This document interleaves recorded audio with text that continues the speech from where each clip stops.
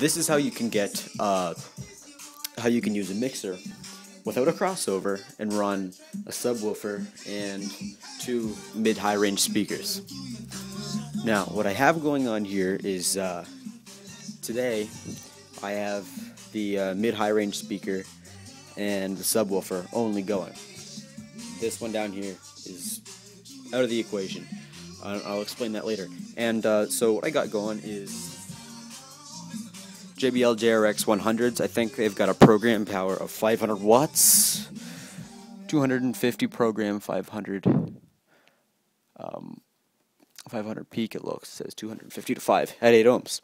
Now the subwoofer here, I'm not sure what kind of driver it is. It's a homemade cabinet, of course, and I'm not sure what kind of driver it has, but it works.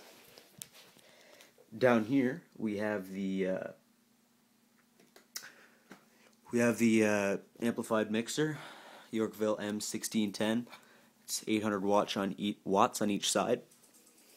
Now, how to send the bass to the subwoofer and the treble and mid to the top speaker without using a crossfader? It's kind of simple. Lots of people, you probably already have it figured out, but just in case, there's equalizer A and equalizer B. This one here is for the left side, which I have going to the subwoofer, and I have the right side going to a tweeter, or the mid-high range speaker. I only want these frequencies, which are the higher frequencies, going to the high speaker, so I only enable them.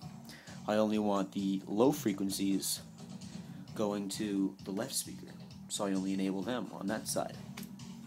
And that's pretty much it.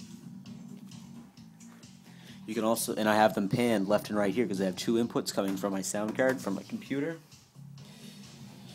and I have them panned left and right. I don't like to touch these because this is more specific.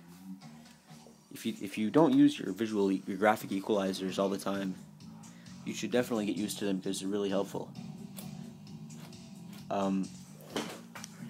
Like these frequencies are bass. You can control the volume of the different types of bass.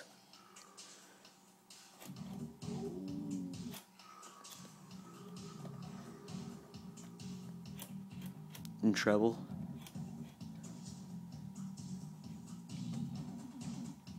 If you don't know how to set them and you mess it up somehow, for lots of systems, just make a smiley face. Cuts out a little bit of the mid, but you know, gives some more bass and treble on the extreme frequencies. And that's pretty much my video. I was thinking to explain this here that I learned from YouTube as well. It says amp-assign. It's this switch. It's this button. Sometimes it comes in a switch, and lots of the times it's on the back. Now, what this basically switches is between stereo and bridged mono. It's for your outputs on the back. That's why the switch is normally on the back, but in this case, it's on the front. If you put it in stereo, that means the amp knows that you are running two speakers out.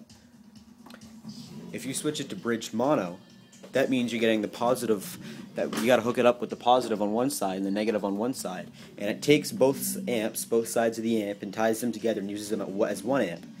That's only if you're running one speaker. I know I didn't explain that very well. It's just kind of hard to explain. Go to someone else's channel. That's not what this video is about. And that is how I use my system as a crossover. Sounds great.